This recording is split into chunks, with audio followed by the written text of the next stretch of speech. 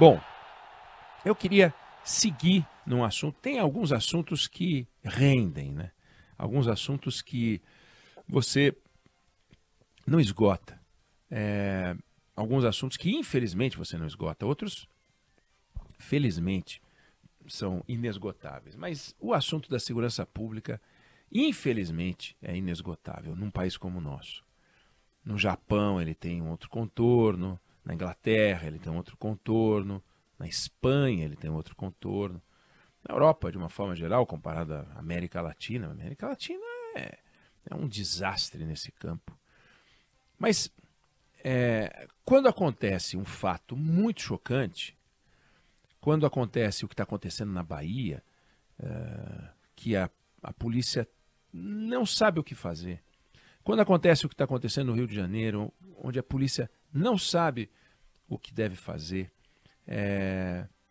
a gente vê os governantes, os responsáveis por enfrentar o crime organizado, discutindo, às vezes, temas que são absolutamente laterais, mas parecem muito importantes, porque eles se lastreiam em frases que muitas vezes parecem lógicas. Por exemplo, a polícia prende, a justiça solta, a gente prende e o camarada sai da cadeia. O camarada sai da cadeia porque tem progressão de pena. Então, o governador do Rio de Janeiro, Cláudio Castro, por exemplo, ontem, ele entregou ao presidente do Senado, Rodrigo Pacheco, propostas de mudança para endurecer a legislação penal. Esse é um tema, endurecimento da legislação penal, que vem sendo discutido há muito tempo no Brasil. Nós tivemos endurecimento da legislação em 1990, por exemplo, quando o Brasil era tomado por uma onda de sequestros. Extorsão mediante sequestro. Sequestrava a pessoa e pedia dinheiro para a família. Era um negócio horroroso que estava acontecendo. Não que isso tenha acabado, mas esse era o problema daquela ocasião, daquele momento. Então, você teve lei de crime hediondo, você teve elevação de pena, você teve endurecimento do tratamento processual e você teve a redução, a dificultação da progressão de pena. E para crime hediondo não tinha. Aí ele foi lá levar para aumentar o escopo desse endurecimento e entre as medidas ele quer o fim da progressão da pena para criminoso com arma de guerra. O cara está com fuzil, não for pego com fuzil, não vai ter progressão da pena, ou seja, começa em regime fechado, vai para o semiaberto, não esquece isso, vai ficar no regime fechado. Está envolvido com lavagem de dinheiro para organização criminosa, não vai ter progressão de pena. E assim vai. Numa passada de olhos, num primeiro momento, parece que se você pega alguém, coloca na cadeia e deixa ele lá, e ele não vai ter progressão de pena, que você afasta aquele cara da sociedade por um bom tempo. E sim, claro, sim, não tem como dizer que não. O camarada ia ficar condenado a 30 anos, ia ter uma progressão de pena depois de um sexto, não vai ter, então ele vai ficar lá. Então ele fica um tempo. Então, para o sujeito é uma punição. Mas o que aconteceu quando a gente começou a ter um endurecimento das penas e uma permanência de criminosos, e nós estamos falando dos criminosos graves, porque os criminosos não graves, aí a gente pode discutir, inclusive, se a gente deve mandar para a cadeia aquele camarada que é pego com uma pequena quantidade de maconha, aquele camarada que roubou uma pequena coisa, se a pena restritiva de liberdade é a melhor solução. Vamos deixar essa discussão para lá, nós estamos falando dos criminosos pesos pesados. Aí ele vai para lá, vai para o sistema prisional, não trabalha,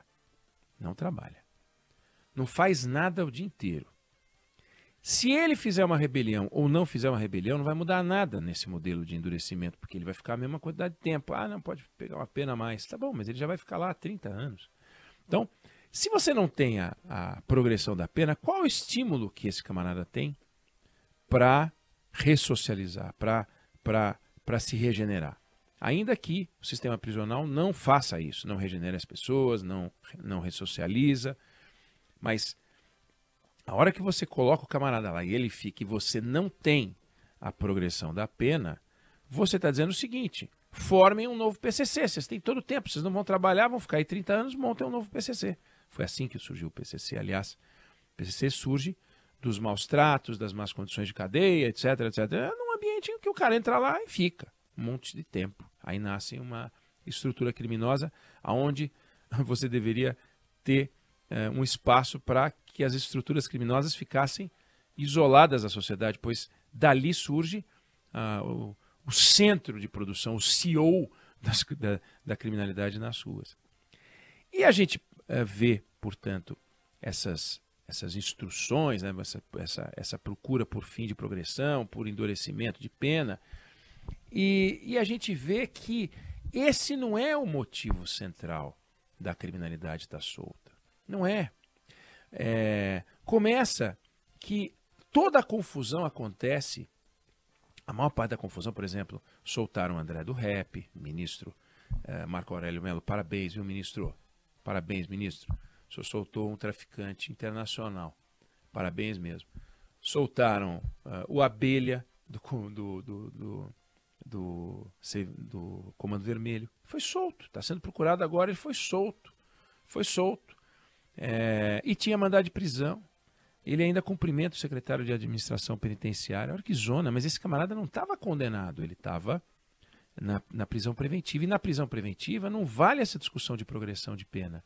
Então, a maior parte das confusões, aliás, 80% das pessoas estão presas com medida cautelar, prisão preventiva. O que adianta mudar a progressão da pena para os criminosos, e aí nesse caso condenados, se a maior parte da confusão acontece com os caras que não foram sequer condenados? E aí a gente tem uma matemática que é pró-crime. Os dados foram publicados certa vez, há alguns anos, não são muito diferentes, não, pode ter piorado. De cada 100 crimes de estupro, de roubo, de homicídio que acontecem no Brasil, a polícia consegue prender um suspeito em 24. Um quarto, né? 14 são julgados. 5 pegam pena de prisão. Então, de cada 100 criminosos, ou melhor, de cada 100 crimes registrados, né, fora os não registrados, imaginando que seriam desses crimes praticados por 100 pessoas, você tem 5 caras presos e 95 casos não tem. Então, para cada 5, 95 dá 1 em 20 quase, dá 1 em 19, 1 em 20. Então, um cara preso para cada 20 caras que ficam soltos. O problema está nesse um que é preso, condenado e não vai ter progressão, ou nos outros 19 que estão soltos?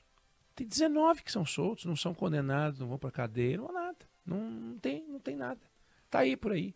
Alguns podem até ter mandado de prisão, mas não foram julgados, não cumpriram, não puxaram a cana. Podem ter cumprido uma preventiva aqui ou ali. Isso sim, isso vários. Ah, tem passagem? Tem passagem, mas foi condenado, foi julgado? Não. É um preso, 19 soltos. Realmente o governador apontou o dedo para um e os 19 que estão soltos. Aí é o trabalho da polícia. Polícia militar? Não, polícia científica. Aliás, não é a polícia judiciária. E aí a gente vê coisas inacreditáveis. IML do Rio de Janeiro, dados do ano passado, começo desse ano, mais de 10 mil exames de toxicologia, patologia, hematologia, aguardando fila no IML desde 2012. 2 mil desses exames de toxicologia, que são fundamentais para você elucidar um crime, ver se tem morte por envenenamento, ver se o motorista ingeriu álcool, se a mulher foi vítima de abuso sexual, por exemplo. No caso de outros exames, patologia, hematologia, e não faz o exame. Não faz o exame, não esclarece o crime. Não esclarece o crime, não tem a prova para poder prender a figura. Porque não tem jeito. Só existe um jeito de você botar na cadeia as pessoas. Você tem que ter uma prova. Não basta o desejo da sociedade, porque você tem o abuso do crime, mas você tem o abuso do Estado.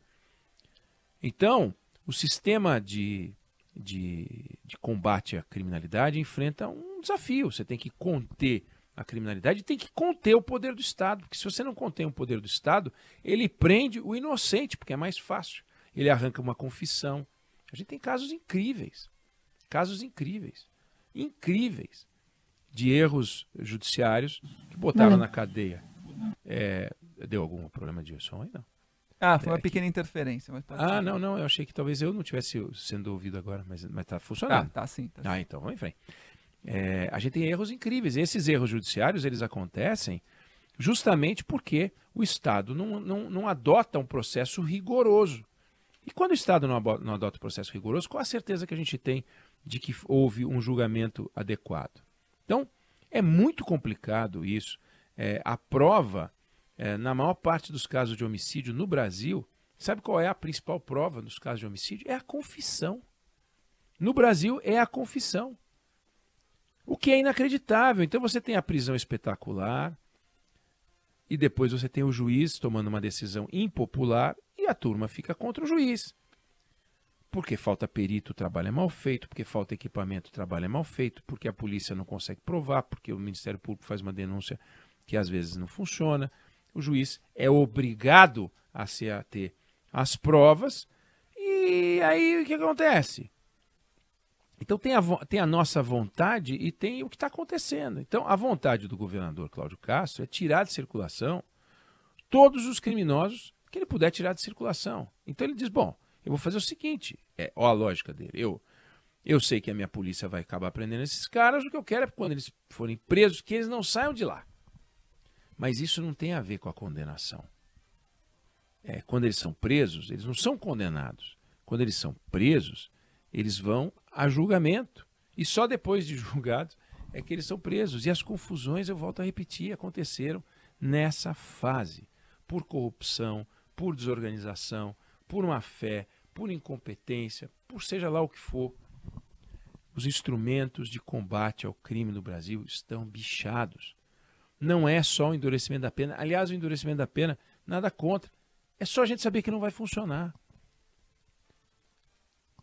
A ideia de que as armas no Brasil, elas entram porque falta fiscalização na fronteira, não. Elas entram porque tem um monte de bandido que compra arma com dinheiro para comprar arma. Porque se o camarada não tiver dinheiro, não compra arma. Aí vai alugar arma. Bom, mas a gente tem que pegar o criminoso e isolar essas quadrilhas. Cadê o trabalho de investigação? Numa parceria com a Polícia Federal, com uma parceria com outras estruturas do Estado brasileiro. Não dá para ficar imaginando o caso do Rio que o BOP vai resolver as coisas. Não tem condições. A Polícia Civil precisa de estrutura. É muito fácil para o governador pagar de herói, de valentão, falar duro. Vou no Pacheco e peço isso, peço aquilo. Não é de pedir. Que nós no Brasil não tem problema de pedir. Não tem problema que os bandidos não obedecem, entendeu? A gente pede pro Rodrigo Pacheco, mas quem não obedece é o Tandera, quem não obedece é o Abelha, quem não obedece é o Zinho, para citar 3 nomes que o governador Cláudio Castro citou anteontem como exemplos de marginais que precisam ser presos. Esses caras não obedecem. É uma mania que bandido tem. Bandido tem mania de fugir, de atirar, de roubar, de matar. Eles têm uma mania. Eles têm uma mania. Aí o pessoal olha para eles e fala, é bandido. Por isso, porque eles fazem essas coisas. Eles trabalham sempre ao arrepio da lei. E aí a gente acha que é no mundo da lei, aumentando mais um pouquinho aqui, um pouquinho ali, que a gente vai vencer os criminosos. Você realmente acha, ouvinte querido, ouvinte querida, para encerrar, você realmente acha que um cara que vai ficar 30 anos na cadeia e que corre o risco de ficar 30 e não 25, aí ele vira pro bandido, amigo dele, e diz, gente, eu acho que é melhor a gente evitar esse crime. Por quê? Não, porque a gente ia ficar 25, agora a gente vai ficar 30. A gente ia ficar 30, agora a gente vai ficar 40. Não, 40 é demais. Os primeiros 30 passam rápido, a gente nem vê. Mas os 10 finais, nossa, é um horror. Então eu prefiro que a gente pare de cometer crimes. Vamos pegar um emprego no supermercado? O pessoal está recrutando ali. Esses caras movendo dezenas de milhões de reais por ano. Eles são ricos. São bandidos, são marginais, eles não estão nem aí. Ser preso é do negócio deles. Pode acontecer. Ser preso é que nem quebrar para eles. Que nem quebrar. Então, não é isso que vai resolver. Não sei se você concorda ou discorda, mas essa é a minha opinião sobre o assunto.